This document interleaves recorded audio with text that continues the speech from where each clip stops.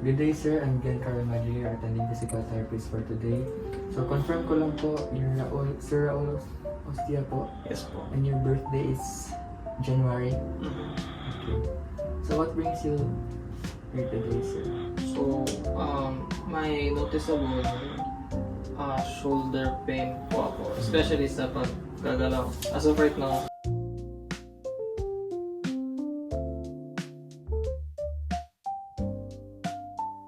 Can you describe po yung previous injury niyo po? previous, Or may injury po ba kayo for the past few years po? nung sa prime ko in college and high school, linebacker kasi ako. Tapos, ang nature po namin is na usually kami ang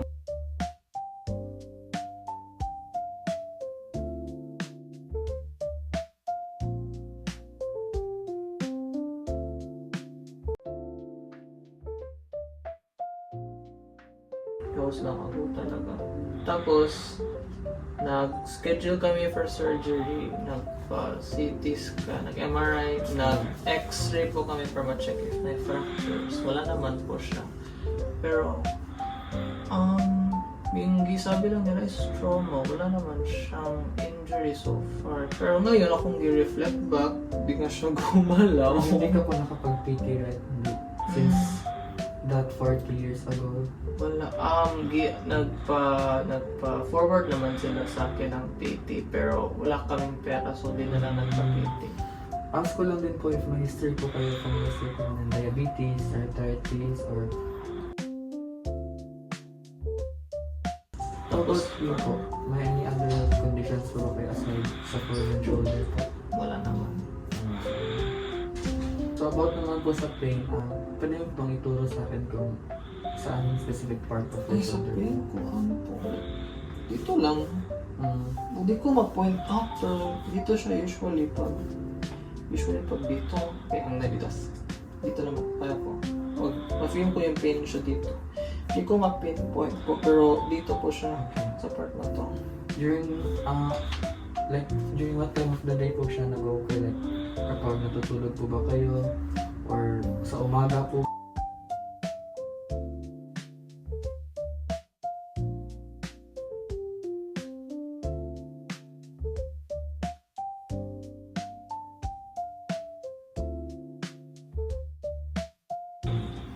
So, okay. So, ano po yung goals po natin for today's session po? Ano pong gusto mong ma-achieve? Gusto ko lang magpatulong sa bahay.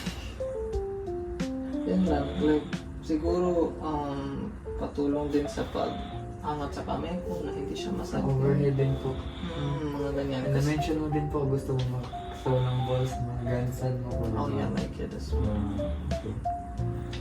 So, next po, may papasagot po ako sa iyo na questionnaire lang po, short questionnaire. Okay. Yung tawag po nito is SPADI, or Shoulder Pain and Disability Index. So, yung purpose po nito is para malaman po natin kung ano pong mga activities din yung parang mga activities na nagpo-cause ng pain, at para malaman po natin yung score, and para makagawa po ako ng tamang treatment po sa iyo. Okay. So, ito po. So, kumari nakalikulit ko. So, yung total pain sub-scale score mo po is 40/15, which means mataas po talaga yung pain mo with these activities. And 80% po. So, 0 being the best po at 100 the worst. So, 80/100, which means po na talagang hirap ka po or may pain talaga sa mga activities po nag-involve sa shoulder. So, i-address po natin itong mga activity. Magte-tailor po ako ng mga exercise na magagawa na in-line po sa mga activities na to, and after that po, answer ulit natin po. Okay, so let's proceed na po sa assessment. Thank you. Good day, sir. I'm Glenn Caramaggio, attending physical therapist for today. So for today's session po, sir, yung gagawin po natin is our assessment. So yung purpose po nito is para malaman po natin kung ilang degrees na po yung kaya yung i-move sa right shoulder niyo po. So before doing that, I ask question po to touch specific part of your body po. Okay lang po ba sa'yo? Okay. So sabihin Sabihin niyo lang po sa akin kung may pain po na kayo mapipin during the assessment po, okay? Okay. Sige po, start mo rin po pag ito po. Tapos, sabayan niyo lang po.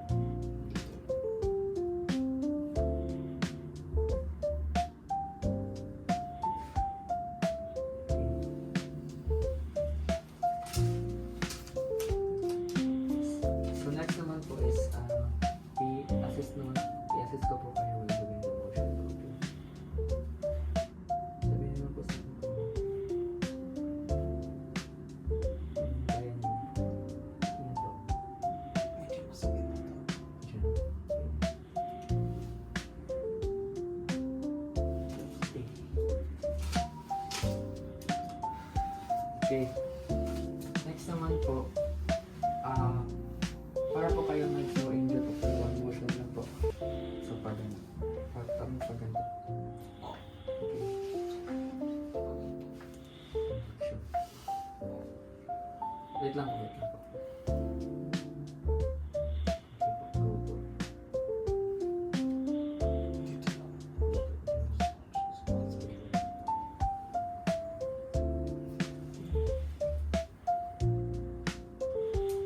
Assist ko po.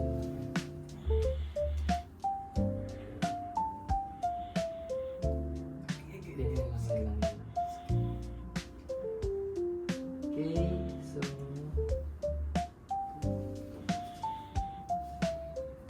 next naman po, scoot ko po kayo pa. Masama. Okay. So yung gagawin po natin is paloob po or towards your towards your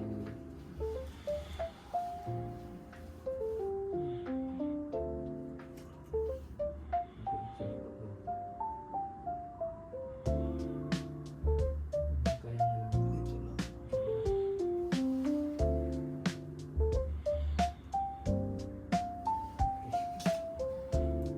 So with assistance po.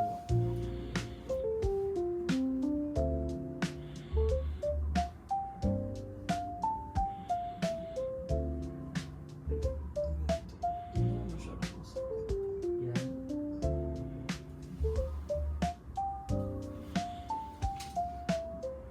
Next naman po is towards your head po.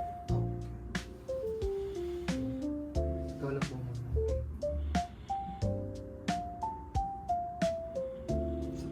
Dito lang.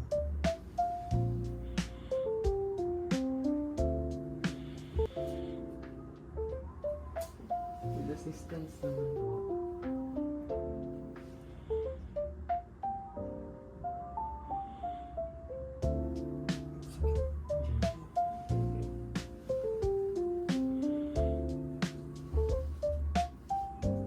So based po sa measurements na nakuha po natin, talagang may limited po yung range of motion niyo po sa pagganto motion, pagganto, tapos so this information po will be vital po sa paggawa po natin ng treatment plan. Hi sir, I'm Gator Mandir, attending physical therapist for today. Since tapos na po tayo ng mga assessment, gagawin po natin is exercise. So yung gagawin mo, tawag po na ito is Codman. So yung gagawin mo po is lean ka po. Tapos yung affected, which is yung right, pendulum mo lang po using your body po para magkaroon po tayo ng assistance, okay? So you'll be doing this 10 reps, 2 to 3 sets po. Ako sabot mo sa ng reps. 10 reps, like 10 repetitions po. 3, 4, 5, tas after ng 10 is pabalik na. Okay. Okay, so ito din po mga gawin. So count with me po sir. Para dito po. Counter clockwise. Okay. Sige. Start. 1, 2, 3, 4. Sabihin mo po sa akin sir if why I do this count. Count po kayo. 6. 7, 8, 9. Reverse naman po clockwise. 1, 2. Masakit po ba sir?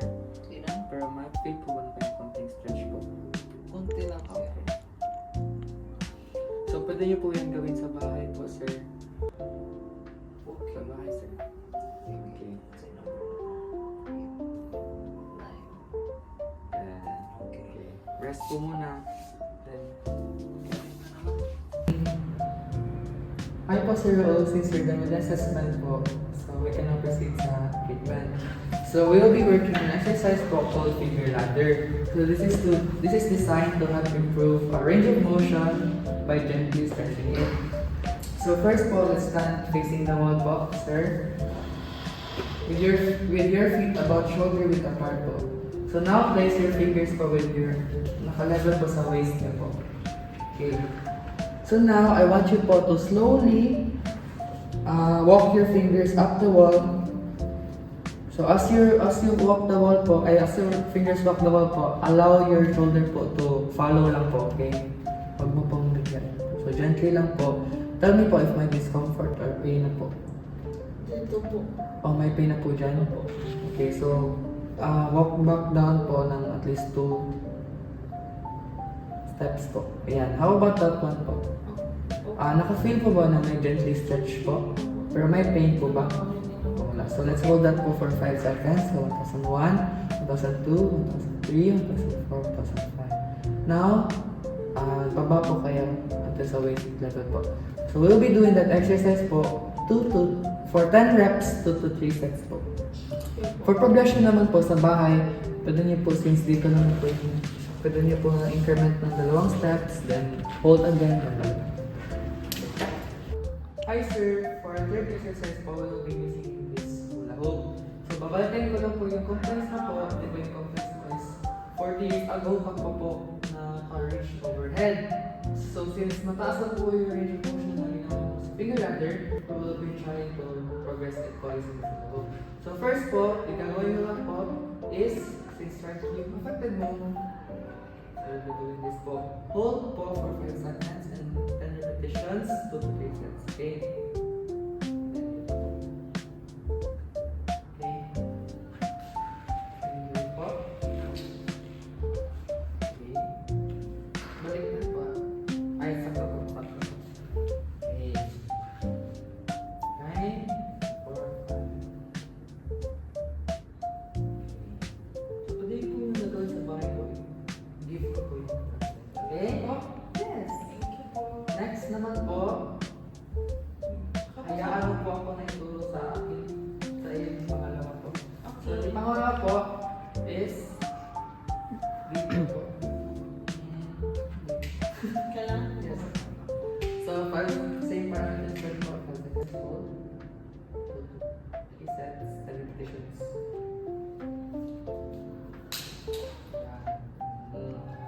May pain and discomfort po ba? Konti. Konti. Pero kaya naman po. Manageable. Yes. Really, nag-import ko talaga no? Nakikita natin talaga, di ba? 5 seconds hold po. Ay, Sabi ko sorry. po sa iyo.